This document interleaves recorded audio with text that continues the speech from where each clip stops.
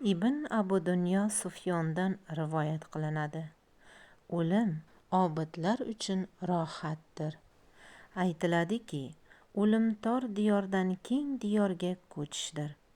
Ulamolar, o'lim faqat yo'q bo'lib ketishdan iborat emas, balki u ruhning jasad bilan bo'lgan birligining uzilishi, ular orasining ayrilishi va holatning o'zgarib, bir diyordan ikkinchi diyorga ko'chishidir, deyishadi. Bilol ibn Sa'ddan rivoyat qilinadi. Sizlar fano, ya'ni yo'q bo'lish uchun yaralmadingiz, balki abadiyat uchun yaraldingiz. Faqat sizlar bir hovlidan boshqa bir hovliga ko'chasiz, xolos. Ibn Qosim: har bir nafs uchun 4 hovli, ya'ni holat bor. Har bir hovli avvalisidan kattaroq. Birinchisi onaning qorni bo'lib, u tor va 3 qavatli zulmat qorong'ulik joydir. Ikkinchisi, bu hayoti dunyo. Inson shu dunyoda yaraldi, ulg'aydi, yaxshilik va yomonlikni ham shu diyorda kasb qildi.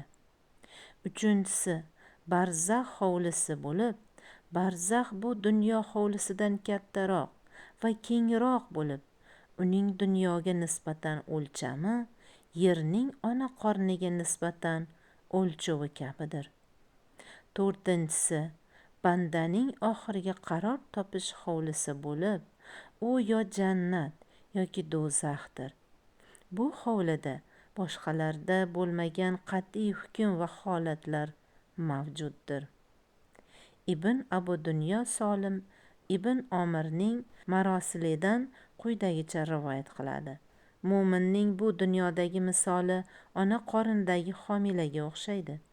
Go'dak onasining qornidan chiqqan vaqtda yig'laydi, lekin yorug'likni ko'rgach va onasi tomonidan emizilgach, oldingi makoniga qaytishni xohlamaydi.